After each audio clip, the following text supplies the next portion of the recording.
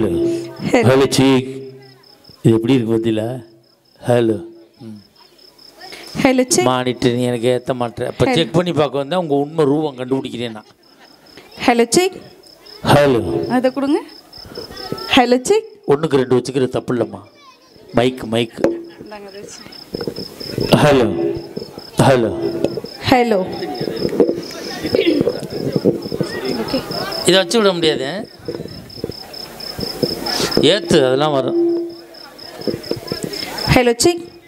செக்கு கிடையாதுமா, கேஷ் தான் தரதா சொல்லியிருக்காங்க. நான் எவ்வளவு நேரம் பேசணும்? காலையிலே 4 மணி எழுதி பேசுங்க. நீங்க இருப்பீங்களா? நாங்கள் இப்போ வண்டியை கிளப்பிடுவோம். அப்பனா ஆடியோக்காரன் இருப்பாரா? அவர் 4 நாள் சென்று தான் போவார். அப்பனா எனக்கு டபுள் பேமெண்ட் ஆகும். இன்னைக்கு ஒரு பேமெண்ட்டுக்கே வழி இல்லை. எங்க அண்ணனுக்கு அவங்க அண்ணனா, பெரிய அண்ணன், சின்ன அண்ணன், மூத்த அண்ணன், அப்பா, அக்கா. அப்ப நான் என்ன தாய் மாமனா? தாய் மாமனா நிறைய செலவாகும் சார். அப்படின்னா அந்த போஸ்டர் நான் ரிசைன் பண்றேன். நம்ம தான் சிங்கிள் டீயே யாருக்கும் வாங்கி தர மாட்டோமே. என் பொண்டாட்டி தான் சொல்லியிருக்காளே, கூட்டமா இருக்கிறதுக்கு போகாதரா, டீ வாங்கி கொடுக்கணும், ஓரமா நின்று உறிஞ்சு குடிச்சிட்டு வந்துடுறான் இருக்கா. இது நம் குடும்பம் தானே நடுவர். நம் குடும்பம் நாரி 1 வருஷம் ஆச்சு. அது ஆச்சா? ஆச்சாடா. அங்க என்னடா பாக்குற? நான் எந்த பக்கம் பேசணும்? அந்த பக்கம் போச்சு. நீங்க செட்டோட வருவீங்களா? நாங்க செட்டோட வர மாட்டோம், செட்டோட இங்கிட்டு போயிடுவோம். ஆக்சுவலி நான் ரொம்ப அடக்கமான பொண்ணு. எங்க ஊர்ல 4 அடக்கமான பொண்ணு இருக்கு. எங்க? சுடுகாட்டுல. ஹாய், எல்லாம் எப்படி இருக்கீங்க? எல்லாம் உட்கார்ந்து தான் இருக்காங்களா? நல்லா இருக்கீங்களா? நான் முடியாம கிடந்தேன். இல்ல நான் முடியாம இருக்கேன். நீ முடியலைன்னா நொப்பன்ட்ட போய் கேளு. அங்க போனா எங்க அப்பாவை கேட்பேன், இங்க வந்தா உங்களை தானே கேட்க முடியும். ஓஹோ, செட்டுக்கு தகுந்த மாதிரி தானே கேட்க முடியும் நடுவர். நாங்க ஒண்ணு சேவிங் சீட்டு வச்சுக்கிறது இல்ல. ஆரம்பிச்சலாமா? ஆரம்பிச்சு 1.5 மணி நேரம் ஆச்சு. அவங்க என்னை பார்த்து ரொம்ப சிரிக்கிறானுங்க பாரு. யார் அவனா? அவன் சிரிக்கத்தான் செய்வான். என்னை பார்த்தா ஏன் சிரிக்கிறான்னு தெரியுமா? யா டேய் தம்பி, ஏய் இங்க போடுறா. நான் யாரு உனக்கு? அத்தை தானே? சித்தியா? சித்திங்கிறாயா அவன் ஒருத்தன்? ஏய் அவன் ஒரு பிளான்ல சொல்றான், அவங்க அப்பா சொல்லி விட்டுருப்பாரு போல இருக்கு. டேய் உனக்கு நான் அத்தை தானே? சித்தி அத்தைன்னு சொல்லு. ஆயாங்கிறான் ஒருத்தன். ஆயான்னு அவன் சொன்னானா? இவரு சொன்னாரான்னு உனக்கு சந்தேகமா இருக்காதா? அது ஆமா. ஏன் அத்தனை கூப்பிடணும்னு நினைச்சேன் தெரியுமா? வந்தவனே என்ன பார்த்து சிரிச்சான். சிரிச்ச உடனே எனக்கு 2 பொம்பளை பிள்ளை இருக்கே, ஒத்த பிள்ளைய அவனுக்கு கொடுக்கலாம்னு முடிவு பண்ணிட்டேன். எப்ப பொண்ண பேச்ச கேட்டு சிரிச்சு சந்தோஷப்பட்டானா அவனுக்கு பொண்ணு கொடுக்க கூட முடிவு பண்ணிருக்கேன் சார். அவனுமே வந்தவொடனே அவன் பொண்ணை கட்டலாம் தான் நினைச்சான். இப்ப வேணாம் முடிவு பண்ணிட்டான். ஆத்தாவுக்கு எவ்வளவு பெரிய வாயா இருக்கு, அவன் மவளுக்கு எவ்வளவு பெரிய வாயா இருக்குமோன்னு முடிவு பண்ணிட்டான். இதுக்கா இவ்வளவு கைத்தட்டல்? அவன் பாதிக்கப்பட்டவங்க இருப்பாங்கல்ல. என்ன சார் வந்து ஒரு 2 நிமிஷம் கூட ஆகலையே சார். அவங்க வீட்டுல பாதிக்கப்பட்டிருப்பாங்கன்னு. 300 நாட்கள் என்னை கருவறையில் சுமந்தவளே.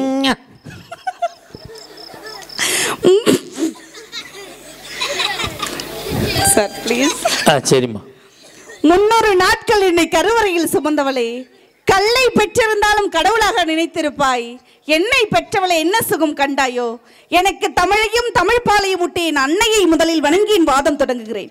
நல்லா ஒரு ஜோரா கைத்தட்டு. ஜோரா கைத்தட்டுங்க பாப்பா. கம்பி மேல நடக்கும். நான் கம்பில எடுப்பேன், மஞ்சனா வளையத்துல. அவ்வளவு பெரிய வளைய ராணாட்டார் டர்க்கு கம்பில இல்லைங்கிறான். டர்க்கா? முறுக்கு.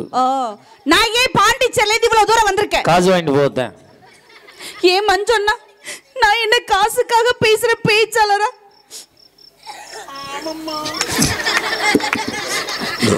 நடுவர் அவர்களே, என்னம்மா நான் என்ன காசுக்காக பேசுற பேச்சாளரா?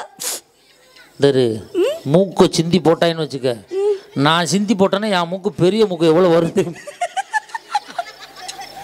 நான் என்ன காசுக்காக பேச வாங்காம விட மாட்டாமா. எல்லா ஊர்லயும் பணத்துக்கு தான் சார் பேசுவேன். பட் இந்த ஊர்ல மட்டும் எனக்கு பணமே வேணாம். அண்ணே நம்ம பிரிச்சு எடுத்துக்கிறோம்னே, வாங்கிக்கிறோம்.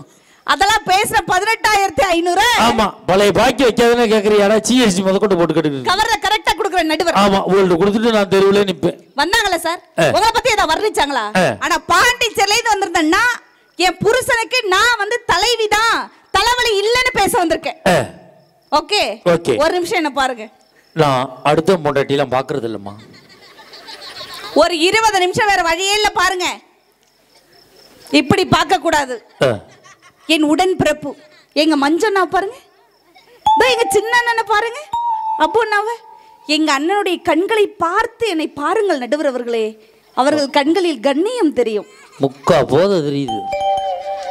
எங்க மஞ்சள் நல்லா கறந்த பால் மாதிரி நடுவர் அவர்களே. கொஞ்சம் அடி பிடிச்சி சோள கருப்பா இருக்கு. எங்க அண்ணன்க மாதிரி அப்புன்னா உங்கள் கண்களை காட்டுங்க. இங்க எவ்வளவு பெரிய யோக்கியம்னு எனக்கு தாமா தெரியும். மேடைக்காய மரியாதை கொடுத்து பாக்குறாங்க. இல்லன்னா மாட்டு தாவணி பஸ் ஸ்டாண்ட்ல 4 நாள் மருந்து கிடந்தாங்க. தங்கச்சி விஷயத்துல ரொம்ப கண்ணியமானவங்க அவங்க. அதான் அப்படித்தான், வேற வழி இல்லாம ஓட்டிக்கிட்டு இருக்காங்க. உங்க கண்கள் அப்படி காட்டுங்கண்ணா. அப்படி வாங்கி பாருங்க. இவங்கள மாதிரி பார்க்கணுமா? எஸ். Look at me. கண்ணியமா பார்க்கணும். சச்சின் நான் பேட்டு, ஜானகி நான் பாட்டு, சிவாஜி நான் ஆக்ட், பட்டிமன்ற நடுவர் தேவகோட்டை மகாராஜன் சார்னா ஸ்வீட் ஸ்வீட் ஸ்வீட் இல்லையா? இங்க யாராவது எனக்கு சுகர் இருக்கான்னு காட்டாங்களா? சக்கரையா? சுகர் மட்டும் யாருக்கு வரக்கூடாதுன்னு வேண்டிக்கங்க சார். ஏன் நடுவர் அவர்களே? எனக்கெல்லாம் வந்து 7 வருஷம் ஆச்சு. மதுரையில தான் ஒரு டாக்டர்கிட்ட செக் பண்றேன். மாசம் வெறும் வயிற்றுல தண்ணியை குடிச்சிட்டு விடிய காலம் 7 மணிக்கெல்லாம் வர சொல்லிடுவாருன்னு.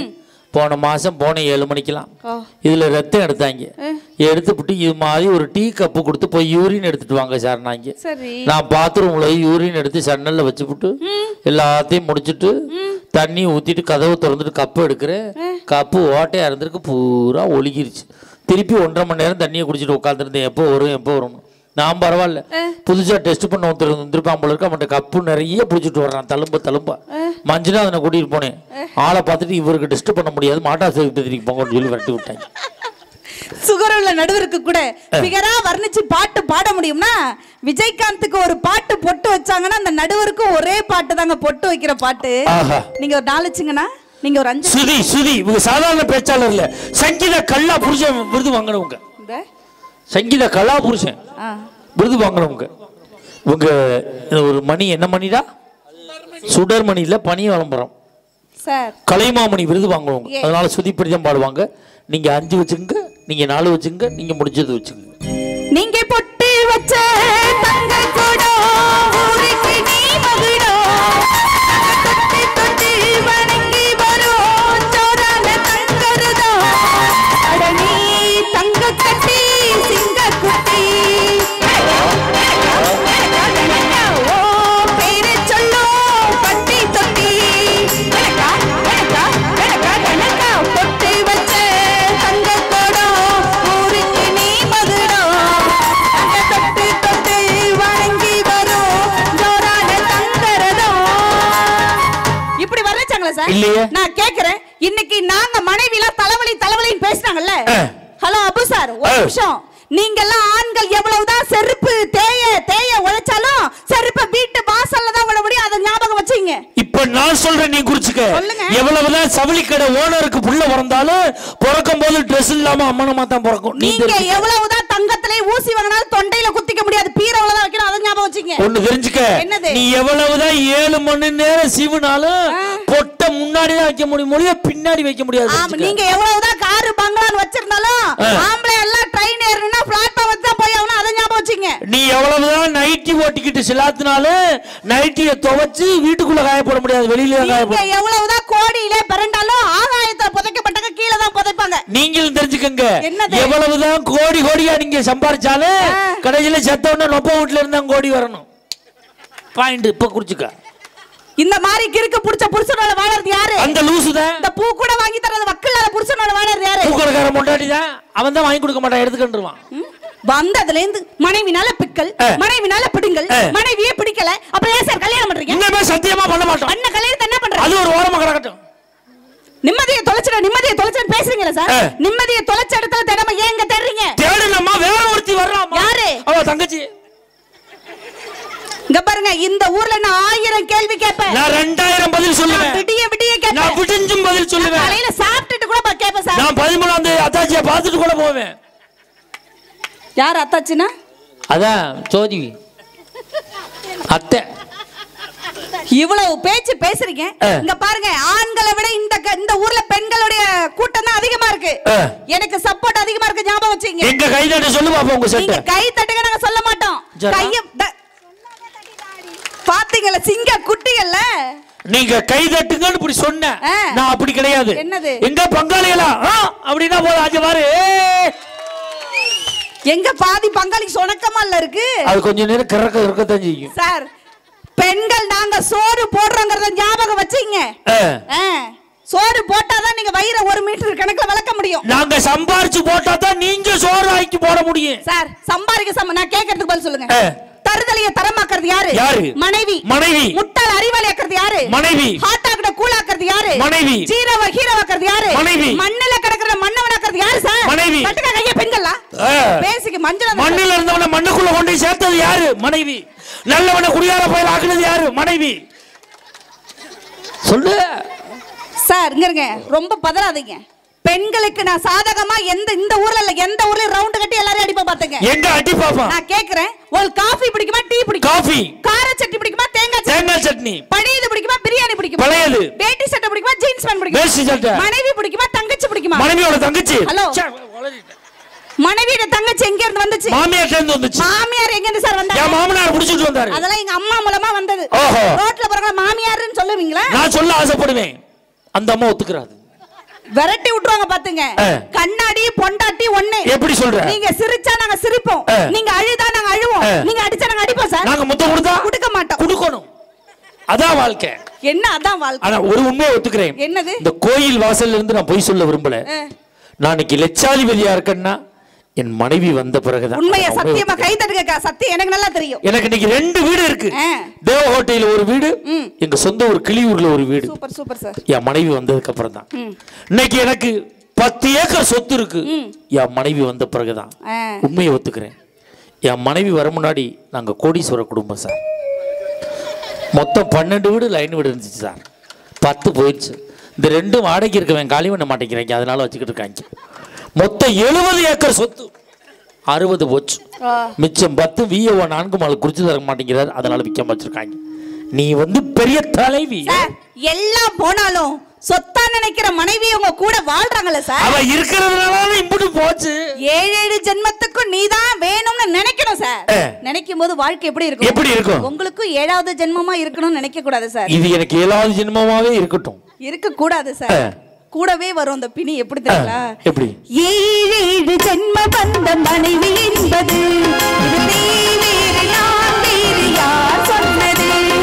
கல்யாணமே ஒரு தெய்வீகமே, சம்சாரமே அது சந்தோஷமே, அந்த வானம் நிலவும் பிரிந்து வாழுமா? 7 ஜென்ம பந்த மனைவி என்பது யார் சொன்னது? நல்லா ஜோரா கை தட்டுங்க. அம்மாவுக்காக மனைவிக்காக பேசும்போது குழந்தையே என் பிள்ளை மாதிரி வந்திருக்கு பாருங்க நடுவர் அவர்களே. இல்ல இல்ல, அவன் அங்க இருந்து பாத்துருக்கான், சரியா தெரியல. கிட்ட வந்து பார்த்துட்டு பொம்பளை தாண்டா அப்படின்னு. சார் அத்தை நல்லா இருக்காங்களான்னு பார்க்க வந்து. அத்தை இல்ல, அவ அப்பா பார்த்துட்டு வர சொல்லியிருக்காரு, வந்து பார்த்துட்டு போறான். சார் பெண்கள் நாங்கெல்லாம் நின்னா குத்து விளக்கு, உட்கார்ந்தா நெய் விளக்கு, அண்ணன் தான் அகல் விளக்கு, பார்த்தா பாச விளக்கு. நீ முதல்ல பல்ல விளக்கு சார்.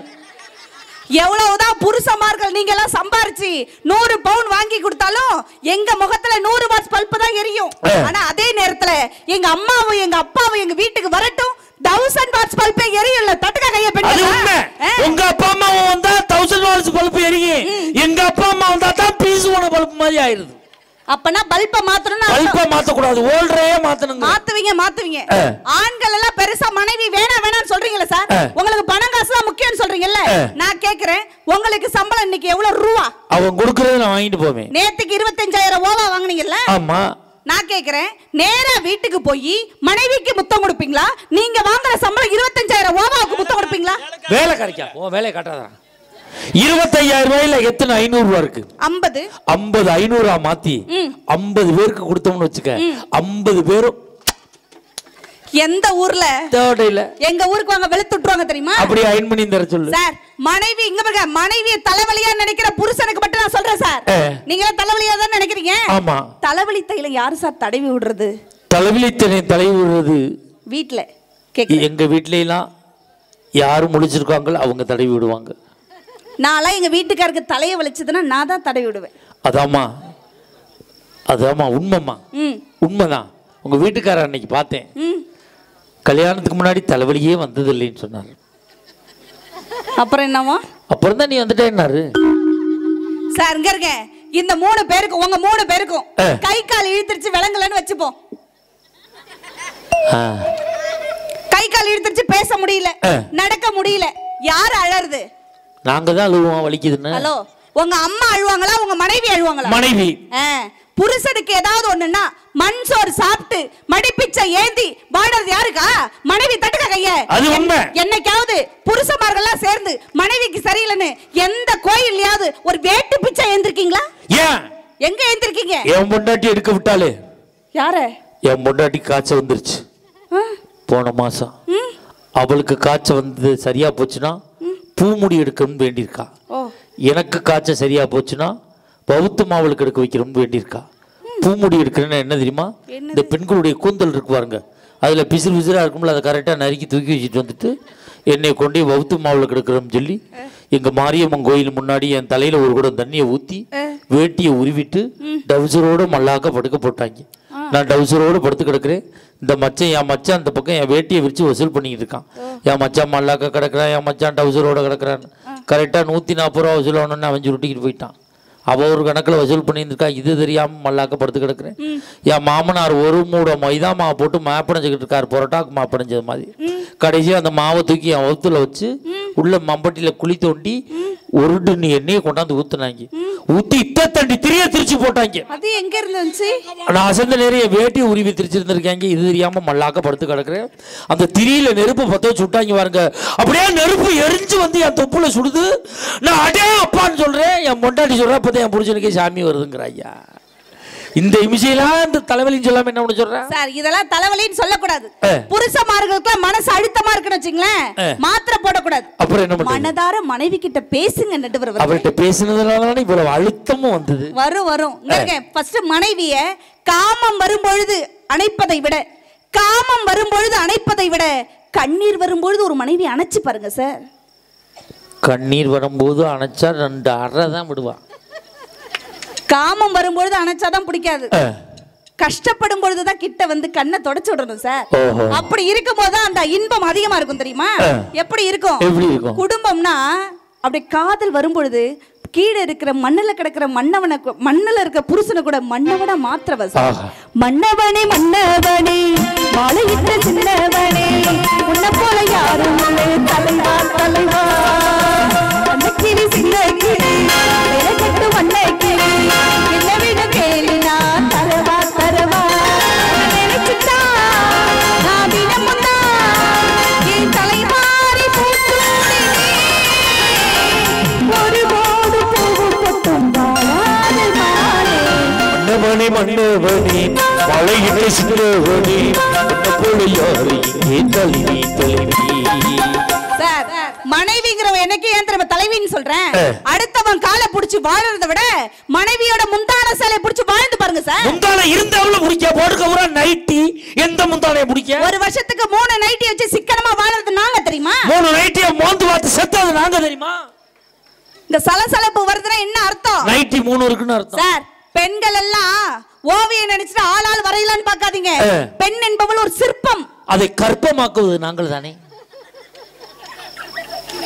இங்க இருங்க, நீங்க ஆண்கள் எல்லாம் புருஷமார்கள்லாம் எங்களை நல்லா பாத்துக்கணுங்கிறதுனால அரண்மனையில வச்சுக்க வேணாம். நடுவர் அவர்களே, அன்பா வச்சுங்க. பாத்தியாடா டேய், அரண்மனையில வச்சுக்கிற வேணாமா, அந்த புறத்திலேயாவது வச்சுக்கங்கிறாங்க. மனைவிய அன்பா தான் வச்சுக்க சொல்லியிருக்கேன். நான் உண்மையான சிறந்த புருஷனா யார் தெரியுமா? யாரு? எழுதிங்க. சிறந்த புருஷன். சிறந்த புருஷன் உடன் இருப்பது கிடையாது, உடை வாங்கி தர்றது கிடையாது, உணவு வாங்கி கொடுக்கறது கிடையாது. எங்கள் உணர்வுகளை புரிஞ்சு கொள்றதுனால உண்மையான புருஷன். அது மாதிரி புரிஞ்சுங்க. அப்படி புரிஞ்சுக்கிட்டு வாழும்போது இருக்க பெண்கள் இயல்பாவே நாங்க வந்ததுக்கு அப்புறம் தான் கஷ்ட காலம்னு சொல்றீங்களா சார்? அப்படிதானே சொல்றீங்க? அப்போன்னா நாங்க வந்ததுக்கு அப்புறம் தான் இப்ப கோயில் இருக்குல்ல, கோபுரம் வந்து ஆண்கள் மாதிரி, அந்த கலசம் மாதிரி அடிக்கடி கும்பாபிஷேகத்தை மாத்திக்கலாம். பட் கீழே இருக்கிற அஸ்திவாரம் இருக்குல்ல, அது பெண்கள் மாதிரி. நடுவர் அவர்களே, நாங்க சரியா இருந்தாதான் நீங்களே தலை நிமிர்ந்து ஜம்முன்னு வாழ முடியும். நடுவர் அவர்களே, அப்படித்தானே வாழறோம். வந்ததுல இருந்து மனைவி ஒரு குறை சொன்னார்ல, இங்க இருங்க. இன்னைக்கு பெண்கள் நாங்க சிக்கனமா இருக்க நிரூபிக்கவா சார்? நிரூபிச்சுட்டு அவங்க சம்பளத்தை தருவீங்க. ஆண்கள் எல்லாம் தண்ணி அடிச்சுட்டு போடுற ஃபுல் காலி பாட்டில் எடுத்து மேல வைங்க.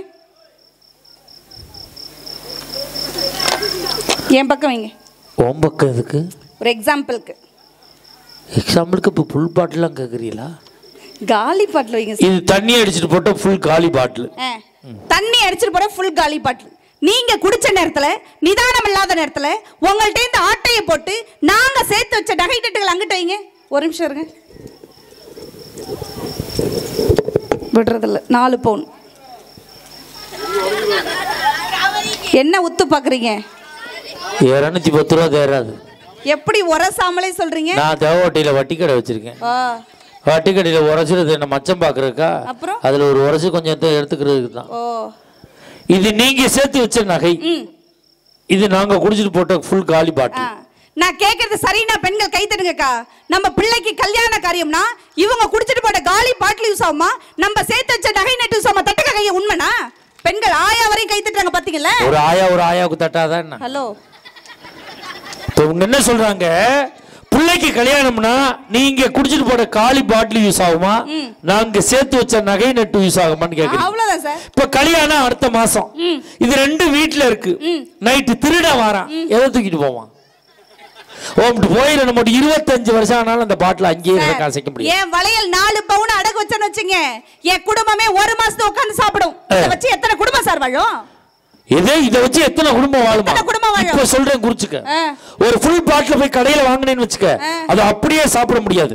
4 கப்பு வாங்கணும், கப்பு விக்கிறவங்க குடும்பம் பிழைக்குது. 1 2 லிட்டர் தண்ணி வாங்கணும், தண்ணி விக்கிறவங்க குடும்பம் பிழைக்குது. 2 இது சும்மா அப்படியே சாப்பிட்டா மூக்குல நெடி அடிக்க ஒரு கலர் வாங்கி ஊத்தணும், கலர் விக்கிறவங்க குடும்பம். 3 ஒரு உப்பு கறி வாங்கி சாப்பிடணும். 4 ஒரு சுண்டல் வாங்கி சாப்பிடணும். 5 இடையில ஒரு ஃபில்டர் இழுத்து விட்டாவே சரக்கு ஒழுங்கா செட்டில்மெண்ட் ஆகும். 6 கடைசியா ஊறுகாயை தொட்டு அப்படின்னா தான் போனது வெளியில வராம இருக்கும். 7 இது கூட்டுல பாட்டில தூக்கி போட்டோம்னா ஒரு ஐஸ் வாங்கி திம்பான். 8 நகையால எத்தனை குடும்பம் பொழைச்சிச்சு?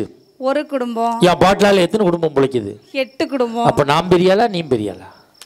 8 குடும்பம் வாழாட உங்க குடும்பம் போயிடும் பரவாயில்லையா? அதுலதான் சிக்கலே இருக்கு. தயவு செய்து நண்பர்களே, மது அருந்தி விட்டு வாகனம் ஓட்டாதீர்கள். உங்களை நம்பி உங்கள் பிள்ளைகளும் உங்கள் குடும்பமும் காத்து கொண்டிருக்கிறது. தயவு செய்து மது அருந்தி விட்டு வாகனம் ஓட்டாதீர்கள் என்பதை பதிவு செய்ததற்காகத்தான் நகைச்சுவையே அந்த விஷயத்தை சொல்றோம். மது அருந்துனா நம்மளுடைய சுய நினைவை இழந்துருவோம். பைக் ஓட்டமே 140ல் போய் ஆக்சிடென்ட் ஆகிறான். ஆனால் அவனை ஏற்ற வர ஆம்புலன்ஸு ஸ்பீடு குறைஞ்சு 100ல் தான் வருது. அப்படியே ஆஸ்பத்திரியில் சேர்த்த உடனே அவன் முடிஞ்சிடறான்னு வச்சுக்கோங்க, அவனை அங்கேருந்து வீட்டுக்கு கூட்டிகிட்டு போகிற அமரர் ஊர்தி அதை விட ஸ்பீடு குறைஞ்சு 60ல் தான் போகுது. கடைசியில் அவனை ஏற்றிக்கிட்டு போகிற சுடுகாட்டுக்கு கொண்டு போகிற சொற்கரை தான் 20ல் தான் போகுது. ஸ்பீடு குறைஞ்சு உன் குடும்பம் 0 ஸ்பீடில் வந்துடுது. தயவு செய்து மது அறிந்து விட்டு வாகனம் ஓட்டாதீர்கள், மதுவுக்கு அடிமையாகி விடாதீர்கள் என்பதைத்தான் நகைச்சுவையா இந்த விஷயத்தை நாங்கள் பதிவு செஞ்சோம். இந்த விஷயத்தால் ஒருவர் திருந்தினாலும் அது நம் பட்டிமன்றத்துக்கு கிடைத்த வெற்றியாகவே நாங்கள் கருதுகிறோம். குடியார புருஷன் நைட்டு 10 மணிக்கு வரட்டும் சார். வெறு வயித்தோட படுத்தா எந்த மனைவி அது விடுறமா? வெறு வயித்தோட இருந்தா புழுப்பூச்சி வரியா, அல்சர் வந்துரும், நாளைக்கு முடியாம போயிட்டுனா எனக்கு கஷ்டமா இருக்கும்னு சொல்லி சாப்பாடை கொடுத்து கண்ணுக்குள்ள பாத்துக்கிறது மனைவி இல்லையா? அப்படியா? கண்ணே என் கண்மணியே, என் கையில் வந்த பூந்தோட்டமே, பொன்னே என் பொன்மணியே, தினம் பொங்கி வரும் நீரோட்டமே, நீ கேட்கத்தானே நான் பாடினேன், நீ இல்லாத போது நான் தேடினேன், பாடி பாடி பாடி ராசா என் ராசா கண்ணே, உன்னை நம்பி வந்த ரோசா கண்ணே, உன்னோட ஒன்னா நின்னே, நான் உன்னை எல்லாம் சின்ன பொண்ணே. சார், நான் ஒரு கேள்வி கேட்கிறேன். ஆண்களுடைய கண்ணீருக்கு மதிப்பு அதிகமா, பெண்ணுடைய கண்ணீருக்கு மதிப்பு அதிகமா?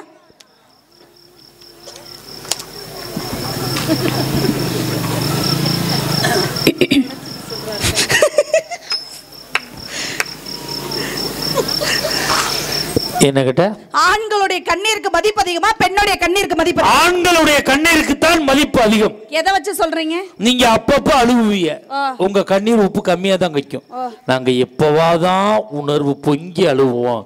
எங்க கண்ணீர் தான் உப்பு அதிகமானது, எங்களுடைய கண்ணீர் தான் விலை மதிப்புள்ள. சார், ஆண்களுடைய கண்ணீர் எப்ப தெரியுமா விலை மதிப்பு அதிகமா இருக்கு? தன் மனைவிக்காக, தன் பிள்ளைக்காக அழும் பொழுது மட்டும் தான் ஆண்களுடைய கண்ணீருக்கு மதிப்பு அதிகம். அது தெரியுங்களா? உண்மையா நீங்க அழுதுருக்கீங்களா? ஃபர்ஸ்ட் அழுதுருக்கேன். அடுத்தவங்க அழ வச்சுதான் நீங்க பாத்திருக்கீங்க. அது உங்க பழக்க தோஷம். நான் எப்ப அழுதுன்னு தெரியுமா? 2 முறை நான் என்னை மறந்து அழுதிருக்கிறேன். எப்ப? ஒன்று என் தாய் இறக்கின்ற பொழுது, இரண்டாவது என் தந்தை இறக்கின்ற பொழுது. 2 முறை நான் என்னை மறந்து அழுதிருக்கிறேன். ஒவ்வொரு ஆண்மகனுக்கும் தன் தாய் தந்தை என்றால் அவ்வளவு தூரம் பிரியமாக இருக்கும். சார் நான் கேக்குறேன் சார், கல்யாணமே கஷ்டகாலம் எல்லா ஆண்களும் சொல்றீங்கல்ல, உங்க தாத்தா உங்க பாட்டியை காதலிச்சதுனாலதான் உங்க அப்பா பிறந்தாங்க. உங்க அப்பா உங்க அம்மாவை காதலிச்சதுனாலதான் நீங்க பிறந்தீங்க. நீங்க உங்க மனைவியை காதலிச்சதுனாலதான் உங்களுக்கு குழந்தை பிறந்துச்சு. அப்ப கணவன் மனைவிக்குள்ள காதல் வரணும். தெரியுங்களா? ஆண்மைங்கிறது எல்லா ஆண்களுக்கு ஆண்மை என்ன தெரியுங்களா? குழந்தை கொடுப்பதல்ல ஆண்மை, குழந்தை கொடுப்பதல்ல ஆண்மை, தன் மனைவியை குழந்தையாக பார்த்துக் கொள்வதன் ஆண்மை. நடுவுகளே, அப்படி குழந்தையா பார்க்கும் போது எப்படி தெரியுங்களா இருக்கும்? விஜயகாந்த் பாட்டுல கணவன் மனைவியை நினைக்கணும் சார், மனைவி கணவனை மட்டும் நினைக்கணும். ஓடும் போது எல்லா ஆண்களுக்கும் ரத்தம் அப்படியே ஓடிட்டு இருக்கிறதுனால கவலை தெரியாது, கஷ்டம் தெரியாது. அந்த ஓடுற ஓட்டம், அந்த ரத்தம் சுண்டும் போதுதான் மனைவியோட அருமை என்ன ஆண்களுக்கு தெரியுங்க. கணவன் மனைவி எப்படி தெரியுங்களா நினைக்கணும்? என்ன நினைச்சேன் நான், என்ன நினைச்சேன் என் நெஞ்சுக்குள்ள ஒன்ன வச்சு தச்ச போது, என்ன நினைச்சேன் நான், என்ன நினைச்சேன் என் நெஞ்சுக்குள்ள ஒன்ன வச்சு தச்ச போது, சொக்கி தவிச்சேன் நான், சொக்கி தவிச்சேன் என் சொக்க தங்கம் கிட்ட வந்தா துள்ளி கூதச்சேன், சொக்கி தவிச்சேன் நான், சொக்கி தவிச்சேன் என் சொக்க தங்கம் கிட்ட வந்தா துள்ளி கூதச்சேன், கொஞ்சால சாரளது கண்ணோடு ஊறி வர நினைச்சி நான் ஒண்ணு நினைச்சி என் கண்ணுக்குள்ள ஒண்ணு வச்சு வச்ச போது. எல்லா புருஷன்மார்களுக்கு நான் சொல்றேன், நாங்க பெண்கள் எப்படி நினைக்கிறோம், அழகான ஆண் எங்களுக்கு துணையா வேணாம், அழகா பாத்துக்கிற ஆண் எங்களுக்கு துணையா வேணாம், எங்க அழ வைக்காத ஆண் தானே சார் எங்களுக்கு புருஷனா வேணும் நினைக்கிறேன். உண்மை தட்டுக்காக, கண்டிப்பா உண்மைமா. புருஷன் எங்களை அடிச்சா வலிக்காது சார், புருஷன் எங்களை அடிச்சா வலிக்காது, எங்க கிட்ட நடிச்சாதானே சார் வலிக்குது. அப்ப நடிக்கிற புருஷன் எல்லாம் எனக்கு கொண்டு வைக்கிறது இருங்க. அழகான மாப்பிள்ளைய தான் நாங்கெல்லாம் கட்டிக்கணும் நினைச்சோம்னு வச்சீங்க, மஞ்சுநாதன் சாருக்கு கல்யாணமே ஆகாது பாத்துங்க. நாளா அஜித் குமார் மாப்பிள்ளைய தான் கல்யாணம் பண்ணிக்கலாம் நினைச்சேன், அஜித் மாதிரி மாப்பிள்ளைய கட்டிக்கணும்னு நினைச்சேன். ஆனா கிடைச்சது தொப்பையோ சொட்டையோ சுகரோ பிகர வச்சு குப்பை கொட்டலையா. அஜித் மாதிரி மாப்பிள்ளை வேணும் நினைக்கிறது பெருசு இல்ல, நீ சாலினி மாதிரி இருக்கணும், நீ ஜானி அல்ரோ மாதிரி இருந்துகிட்டு அஜித் மாதிரி மாப்பிள்ளை வந்தா எங்க நடந்து வருவான்.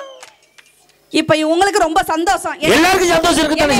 உங்களுக்கு சாணி அல்ற மாதிரியே தெரியுது. ஆமா, இங்க பாருங்க சார், எல்லா புருஷனுக்கும் சொல்றேன் சார், நாங்க எங்க அம்மா வீட்டுல கீழே விழுந்துட்டேன்னு வச்சீங்க எங்களுக்கு வலிக்காது, ஆனா எங்க அம்மாட்டி எங்க அப்பாட்டி வலிக்கிற மாதிரி ஐயோ ஐயோன்னு கத்துவோம், வலிக்காது ஆனா வலிக்கிற மாதிரி நடிப்போம். ஆனா புருஷன் வீட்ல எங்க வாழ்க்கையே வலிக்கும், ஆனா வலிக்காத மாதிரி நடிச்சுக்கிட்டு இன்னைக்கு வாழ்றமே, நாங்க வர வாழ்க்கை உங்களுக்கு தலைவலியா சார்? நான் அப்படி கேளு சொல்லி இந்த பேசணும் நான் காணோம். நான் கேக்குறேன், உங்க மகளை இளவரசியா பாப்பீங்களா வேலைக்காரியா பாப்பீங்களா? என் மகளை நான் இளவரசியா தான் பாப்பேன். நான் கேக்குறேன், ஆண்கள் எல்லாம் உங்க மகளை இளவரசியா பாக்குறீங்களே, நாங்க யாரோ ஒரு அப்பனுக்கு இளவரசியா வாழ்ந்தவங்க தானே சார் இந்த ஊருக்கு வாக்கப்பட்ட அந்த பெண்கள் தட்டுக்காதீங்க. அப்புறம் ஏன் சார் இந்த இளவரசியை இளவங்காத்த கிளி மாதிரி ஆக்குறீங்க? நீ இளவரசி இளவரசில பார்த்து கல்யாணம் பண்ணிட்டு போக முடியாது. இங்க என்ன வந்தா எங்க வீட்டுக்கு நாய் வந்தாலும் தான் நாங்க பாப்போம். அட நாய, எங்க அம்மா அப்பா எருமையை காட்டு கட்டிக்கனால கட்டிப்போம். ஆமாமா, பசுமாடு கட்டதான் செய்யும். நான் கேக்குறேன், நீங்க வீட்டுல வேலைக்காரி வச்சிருக்கீங்க தானே? வேலைக்காரி இருக்கிறார்கள், அததான் கேட்டேன். எங்க ஊர் பக்கம் வச்சுக்கிறதுனா வேற அர்த்தம். நான் எங்க ஊர் ஸ்லாங்ல பேசுறேன். உங்க ஊர்ல வேலைக்காரி வச்சிருக்கீங்களான்னு கேட்பாங்க. நாங்க அப்படி கேட்க மாட்டோம், வேலைக்காரி இருக்கிறாங்களா. இப்ப அப்படிதான் கேட்கணுமா? அப்படிதான் கேட்கணும். உங்க வீட்டில் வேலைக்காரி இருக்கிறார்களா? இருக்கிறார்கள். மாதம் எவ்வளவு சம்பளம் தரீங்க? மாசமானா 12,000. என்னது? அந்த மாசமானாலடா குழப்பிட்டாங்க, என்னைய சுத்தி விட்டாங்க. ஒரு மாசம் ஆனா 12,000. ஒரு மாதம் 12,000. வீட்டு வேலை செய்யற வேலைக்கார அம்மாவுக்கு ஒரு அப்ப ஒரு வருஷத்துக்கு எவ்வளவு? ஒரு வருஷத்துக்கு 12 × 12 எவ்வளோடா?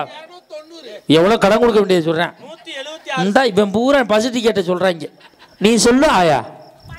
12 ஆஹா, உங்க தலையில மண்ணலி கொட்ட சூப்பரா சொல்றீங்க. 1,44,000.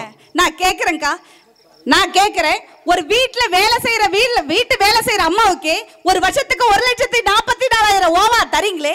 நாங்க கல்யாணம் பண்ணி வரும்போது வீட்டுக்காரியா ஆத்துக்காரியா சமையல்காரியா உங்களுக்கு எல்லாம் புள்ள பெத்து போடுற மிஷினா இத்தனை வேலை செய்யறமே, என்னைக்காவது புருஷனை பார்த்து இந்த வீட்டை என் பேர்ல இந்த மாச சம்பளம் இவ போட்டு குடியான்னு கேட்டிருக்கமா? நடுவர்களே கட்டுக்கா உண்மைனா மாச சம்பளம் கேட்டுக்கமா எவ்வளவு உழைக்கிறோம் தெரியுமா நாங்க? சரியான கேள்வி இந்த அம்மா கேட்டது.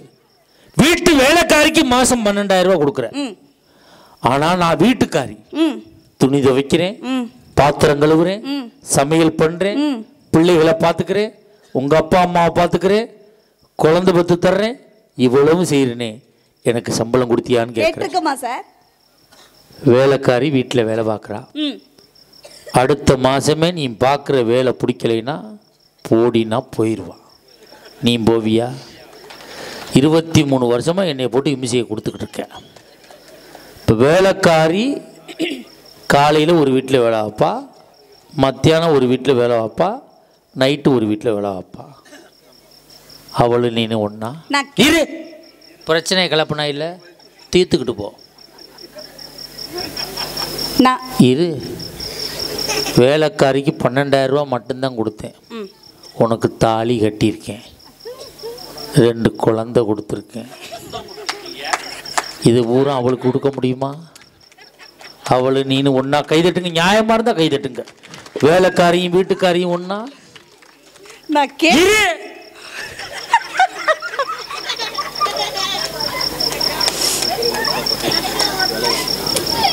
உன் தங்கச்சி அப்பப்போ என் வீட்டுக்கு வர்றா. வேலைக்காரி தங்கச்சி என் வீட்டுக்கு வர விடுவியா நீ? ஏன் அவங்க வர? கூட்டி பெருக்கத்தான். நான் என்ன சொல்ல வரேனா? சொல்ல வந்ததுக்கு பதில் சொல்லிட்டேன். இன்னும் சொன்னீங்கன்னா நான் சொல்லுவேன். வேலைக்காரி கேக்கு குடுக்குறீங்களே, வேலைக்காரிக்கு குடுக்குறீங்களே மாச சம்பளம், நாங்க கேட்டிருக்கோமான்னு கேட்டேன். அத கேட்டு விட்டால பதில் சொல்லல. வீடு கட்டுறீங்க, 1 கோடி ரூபாய் போட்டு வீடு கட்டுறீங்க, பெரிய அரண்மனை மாதிரி கட்டுறீங்க. வீட்டுக்கு பேரு மட்டும் கௌதமி இல்லம், ராணி இல்லம், ஜெயலட்சுமி இல்லம் அப்படின்னு வைக்கிறீங்கல்ல சார். அதுக்கெல்லாம் மனைவியோட பேரை வைக்கிற நீங்க என்னைக்காவது மனைவி நாங்கெல்லாம் புருஷன்ட்ட ஏயா இந்த வீட்டை என் பேர்ல எழுதி கொடு, இந்த பிளாட்டை என் பேர்ல எழுதி கொடு, இந்த காட்டை என் பேர்ல எழுதி கொடுன்னு எந்த பொண்டாட்டியா கேட்டுக்க மாட்டா மனைவி மகள் தட்டுக்க கைய பெண்கள்லாம்? ஏன் தெரியுமா நாங்க உங்க பேர்ல எழுதுறது இல்ல? ஏற்கனவே லோன் வாங்கி கட்டி இருக்கு. பேங்க்கார உங்களை வந்து தொந்தரவு பண்ண கூடாதுன்னு நாங்க கேக்குறோம் சார். 1000 பெண்களை பார்த்த கண்ணதாசன் தன் மனைவியை வர்ணிச்சாரே சார், நீங்க வர்ணிச்சிருக்கீங்களா சார்? அவர் 1000 பேரை பார்த்தாரு, வர்ணிச்சாரு. எவ்வளவு பக்கம் வர்ணிக்க? ஒருத்தரை பார்த்திருக்கீங்கல்ல? அவர் வர்ணிக்கிற மாதிரி தான் வர்ணிக்க பண்ணா. வர்ணிக்கணும் சார்.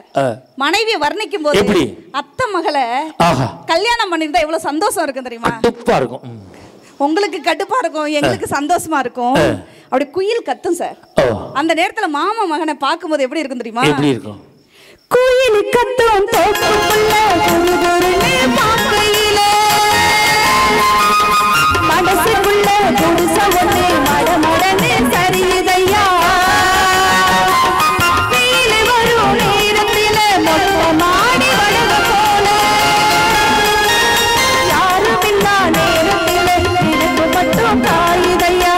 கண்ணால வள விரிச்சு கண்ணால குழம்ப வச்ச கொள்ளாத காதல வச்ச மாமா அங்கோனா கூட மாமா நான் காத்திருப்பேன், தரனா பாடி தவணையை போட்டிருப்பேன், பூத்திருப்பேன் மாமலை ஒன்றை நினைச்சு பள்ளிக போட்டு தலையில் வச்சு துணையை மறந்து விட்டு அடியே ஹல்ல காட்டுமே அஞ்சுகமே கொஞ்சமே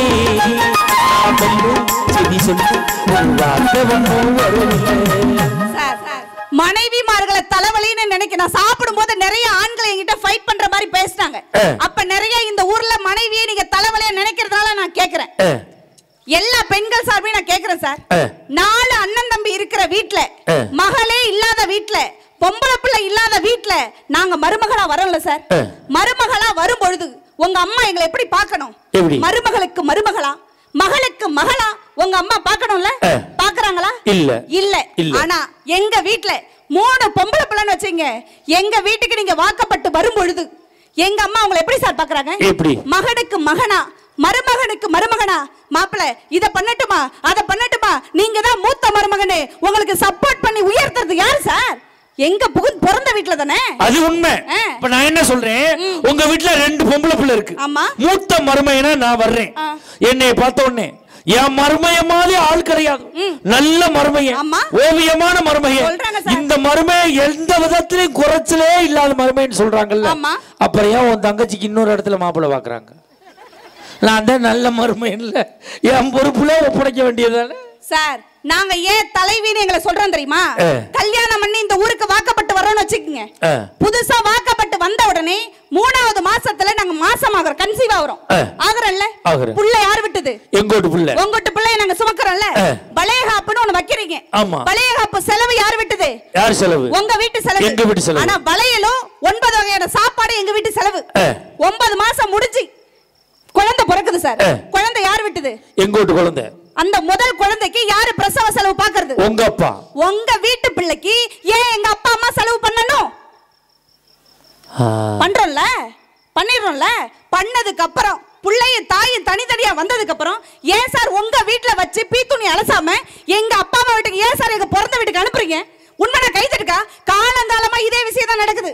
எங்களை ஏன் தலைவலியா பாக்குறீங்க? நீ கிளப்பி விட்ட நான் செருப்படி வாங்கிட்டு இருக்கேன். உங்க அம்மா கூட இருக்கும்போது தான் இன்பம் அப்படின்றீங்கல்ல. ஏறு பிரச்சனைனா பேசி தீப்பான்.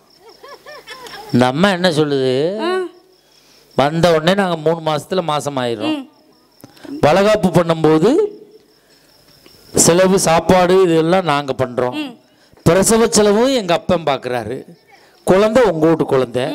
பிரசவமான உடனே உங்க வீட்லயே வச்சு உங்க அப்பா அம்மா பீத்துளி அணைச்சாம ஏன் எங்க வீட்டுக்கு அனுப்பி வைக்கிறீங்க 3 மாசம் கேட்க. அவ்வளவுதான் சார். இப்ப பொதுவா சொல்றேம்மா, நம்ம இந்த எடப்பாடி பகுதியெல்லாம் நிறைய நாமக்கல் மாவட்டம், சேலம் மாவட்டத்திலாம் நிறைய லாரி ஓடுது.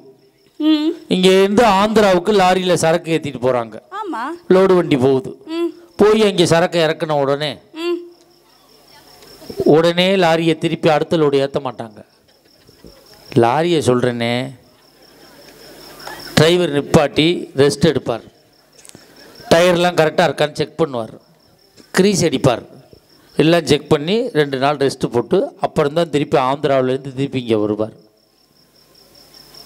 சார் எனக்கு ஒரு சந்தேகம் சார். என்னப்பா? இந்த லாரி சர்வீஸில் அங்கே இருக்கிறப்போ ஒரு குட்டியான வாடகைக்கு எடுத்து இங்கே ஓட்டலாமாங்க சார்? குட்டியானையா? பழைய டிராக்டர் ஒன்று இருக்கு. ஒன்று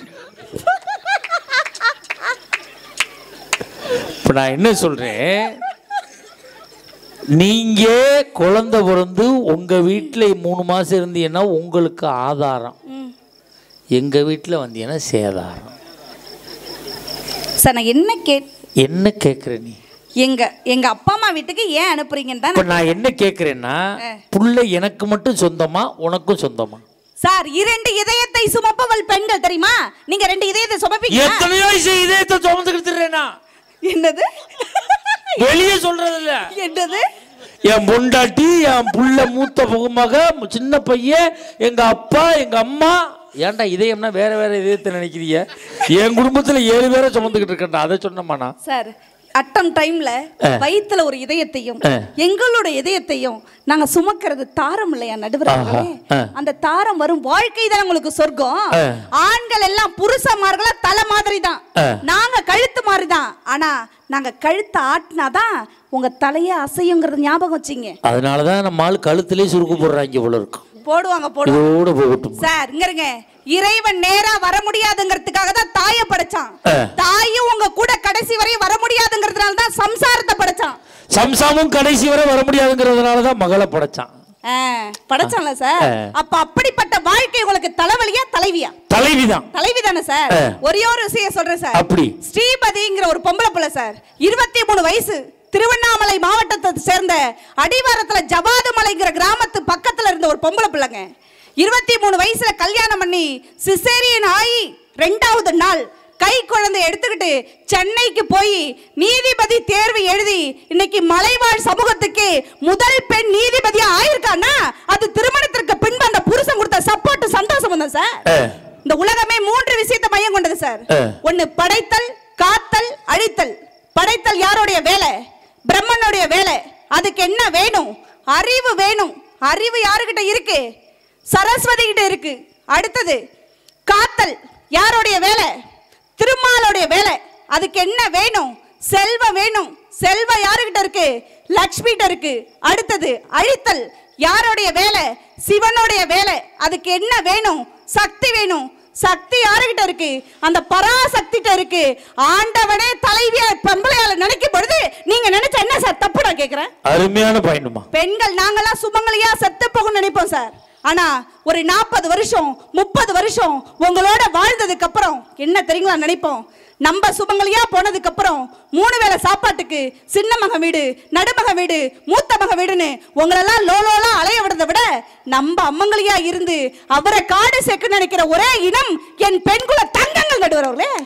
அப்படிப்பட்ட பெண்கள் நாங்க வர்ற வாழ்க்கை உங்களுக்கு தலைவலியா தலைவியா சார்? நான் கேட்கிறேன். தலைவிதான். ஒரே ஒரு விஷயம் தான் சார் நான் சொல்லி நிறைவு செய்யறேங்க. செய்த வேலைக்கு கூலி கொடுக்கிற மனுஷன் சார், செய்த வேலைக்கு கூலி கொடுப்பவன் மனிதன். ஆனால் ஆடிய ஆட்டத்துக்கு கூலி கொடுப்பவன் அந்த இறைவன். மனைவியை ஒருபொழுதும் தரக்குறைவா பேசாதீங்க. யாரு தெரியுமா குறைவா பேசலாம்? அப்ப சொத்தும் இல்லாத மாமியா வீட்லயும் வரதட்சணை இல்லாம இது ரெண்டும் எவன் பொண்டாட்டிய திட்டானா அவன் திட்டலாம் சார். அப்ப 3 பேருமே வரதட்சணை வாங்கியிருக்கீங்க. வாங்கல, அவங்களா கொடுத்தாங்க. அப்பா சொத்து இருக்கு. அதனால யாரெல்லாம் தன் சொந்த காலில் நின்று தன் மனைவியை பார்த்துக்கிறாங்களோ அவங்க மட்டும்தான் திட்டலாம் என்ற வாய்ப்பை உங்களுக்கு கொடுத்து கொண்டு இந்த பெற்றோர்களுக்கு ஒரு விஷயத்த சொல்றேங்க. ஆம்பளை பிள்ளை அழாத, ஆம்பளை பிள்ளை அழாதன்னு சொல்லி வளர்க்காதீங்கக்கா. ஆம்பளை பிள்ளையால பொம்பளை பிள்ளை அழுதுறக்கூடாதுன்னு சொல்லி வளங்க. குட் டச் சொல் தரீங்களோ, பேட் டச் சொல் தரீங்களோ, என்னைக்கு ஆம்பளை பிள்ளை பொம்பளை பிள்ளை மீது டோன்ட் டச்னு சொல்லி கொடுங்க. ஒரு பெண் பிள்ளை பிறந்தா போற்றி வளங்க. ஏன் தெரியுமா? இந்த உலகத்திலேயே ஒரு உயிரை உருவாக்கும் சக்தி மண்ணிற்கும் ஒரு பெண்ணிற்கும் தான் உண்டு. பொம்பளை பிள்ளை பிறந்தா போற்றி வளங்க சார். ஏன் தெரியுமா? ஏன் தெரியுமா? உங்கள் பொம்பளை பிள்ளை ஒரு பிள்ளை நீங்க ஒழுக்கமா வளர்த்தீங்கன்னு வச்சுங்க, அந்த பெண் பிள்ளை மட்டும்தான் பாதுகாப்பா இருக்கும். ஒவ்வொரு ஆண் பிள்ளையும் நீங்கள் ஒழுக்கமாக வளர்த்தால் இந்த பெண் குலமே பாதுகாப்பா இருக்கும் சார். ஒரே ஒரு விஷயம் சொல்றேன் சார். உங்க பொம்பளை பிள்ளைய கல்யாணம் பண்ணி கொடுக்கும்போது பொண்ணை கொடுப்பீங்களோ, காரை கொடுப்பீங்களோ, பங்களா கொடுப்பீங்களோ, எதை வேணாலும் கொடுத்தாலும் எல்லாரும் பறிச்சுட்டு போக முடியும். யாராலும் பறிக்க முடியாத அழியா செல்வமான கல்வி செல்வத்தை உங்க பொம்பளை பிள்ளைக்கு கொடுங்க சார். கட்டுனவன் கைவிட்டாலும் கல்வி ஒருபொழுதும் கைவிடாது. 25 வயசு வரையும் உங்க பொம்பளை பிள்ளை உங்க வீட்டில் வச்சிருப்பீங்க சார். 25 வயசு வரையும் சந்தோஷமா உங்க பொம்பளை பிள்ளைய வச்சுங்க. ஏன் தெரியுமா? உங்க அப்பா வீட்டுல சந்தோஷமா வளர்க்கப்பட்ட நாங்க கல்யாணம் பண்ணி போனதுக்கு அப்புறம் யாரோடைய சந்தோஷத்துக்காக வாழ்பவள் பெண் என்று சொல்லி எந்த வகையில் பார்த்தாலும் குடும்ப மகிழ்ச்சிக்கு காரணம் தலைவியா இருக்கிற பெண்களை என்று கூறி வாய்ப்பளித்த அத்துணை பேருக்கும் நன்றி கூறி விடைபெறுகிறேன். நன்றி, வணக்கம். அருமையான அதிரடி பேச்சு, சிறப்பா பேசியிருக்காங்க. ஆண்கள் சரியா இருக்காங்களா? ஒன்றும் இல்லை. இன்னைக்கு நான் நேற்று சாயந்தரம் மாட்டினது எனக்கு தான் தெரியும். நேற்று எனக்கு கொங்கனாபுரத்தில் தான் பட்டிமன்றம். சேலம் புது பஸ் ஸ்டாண்டில் பசி ஏறினேன். 3 வே சீட்டில் 3 சீட்டுக்கு முன்னாடி போய் சன்ன ஓரமாக உட்காந்தேன். பஸ் ஸ்டாண்டை விட்டு தான் வெளியில் வந்துச்சு. ஒருத்தர் ஒடியாந்து என் பக்கத்தில் உட்காந்தான். பட்டையெல்லாம் போட்டிருந்தான். வெளிப்பட்டை மட்டும் இல்லை, உள்பட்டையும் போட்டிருந்துருப்பான் போல, எனக்கு தெரியலை. பஸ் எங்கே போகுதுன்னு கேட்டான். எடப்பாடி போகுதுன்னு. அப்படிலாம் போகக்கூடாதுன்னா கிரகத்தை கூட்டாண்டான்னு எந்திரிக்க போனேன். கம்பியோட கேட்டு போட்டு பிடிச்சிக்கிட்டான். உக்கார். நான் சன்னல்லே சாஞ்சிட்டேன். கண்ட்ரைட்டர் வருவாரான்னா. வருவார். இடையில என்னென்ன ஊர் வரும்னு கேட்டான். சேலம், காக்காபாளையம், மகுடஞ்சாவடி, கொங்கனாபுரம்னு. அப்படிலாம் வரக்கூடாதுன்னா எந்திரிக்க போனோம்னா வாந்தி எடுக்கிற மாதிரியே வாயை கொண்டு வர்றான். எடுத்துன்னு தொலைய மாட்டுறான். உப்புங்கிறான், உக்காந்துக்கிறான். ஏன் வாய்க்கிட்டே கொண்டு வர்றான். தம்பி அப்படின்னா, அண்ணே அப்படின்னு. தம்பி, கொங்கனாபுரம் ரொம்ப நாளாக அந்த இடத்துல இருக்குது. மகுடஞ்சாவடியும் அந்த இடத்துல இருக்குது. மகுடஞ்சாவடியை தூக்கி கொண்டலாம்பட்டி பைபாஸில் வைக்கணும், பைபாஸை தூக்கி காக்காபாளையத்தில் வைக்கணும். என்ன சொல்கிறாயின்னு கேட்டான். முடியாதுன்னா வாந்திய வாயில் விட்டுருவான். அப்படியே செய்வோம்னே. நாங்கள் பேசினதை பின்னாடி 2 பேர் கேட்டுக்கிட்டு இருந்திருக்கானுவோம். அதில் ஒருத்தன் சொன்னால், முன்னாடி பாடுறா 2 குடியார பயிலுவை என்னம்மா பேசிக்கிட்டு இருக்காங்கன்னா. குடித்ததாவே மாட்டினதுன்னா. இன்னொருத்தன் சொன்னால், இவன் கொஞ்சமாக தான் ஏற்றிருப்பான் போல இருக்கு. இந்த மூக்கு நீளமாக இருக்க வந்தாண்டா ஃபுல்லாக ஏற்றிருப்பான் போல இருக்கு. இவன் சொல்கிறதுக்கு பூரா அவன் ஆமாம் போகிறான்னா. இப்படிப்பட்ட குடியார பயலையும் ஒருத்தி கட்டி வாழ்கிறா பாருங்க. அவள் தலைவியாத்தானே இருக்க முடியும், எப்படி அவள் தலைவலியாக இருக்க முடியும் அப்படின்னு இவங்க சொல்லியிருக்காங்க. எந்த நேரம் பார்த்தாலும் இமிசையை கொடுக்கறது. எங்கள் ஊரில் ஒருத்தர் இருக்கான். எப்போ எவன்கிட்ட வேணாலும் சண்டையை போடுவான். அவன் அப்பன் பெரிய மோசக்காரன். எவன் போனாலும் தெருவில் வேணாலும் கூப்பிட்டுட்டுவான். படா சண்டை.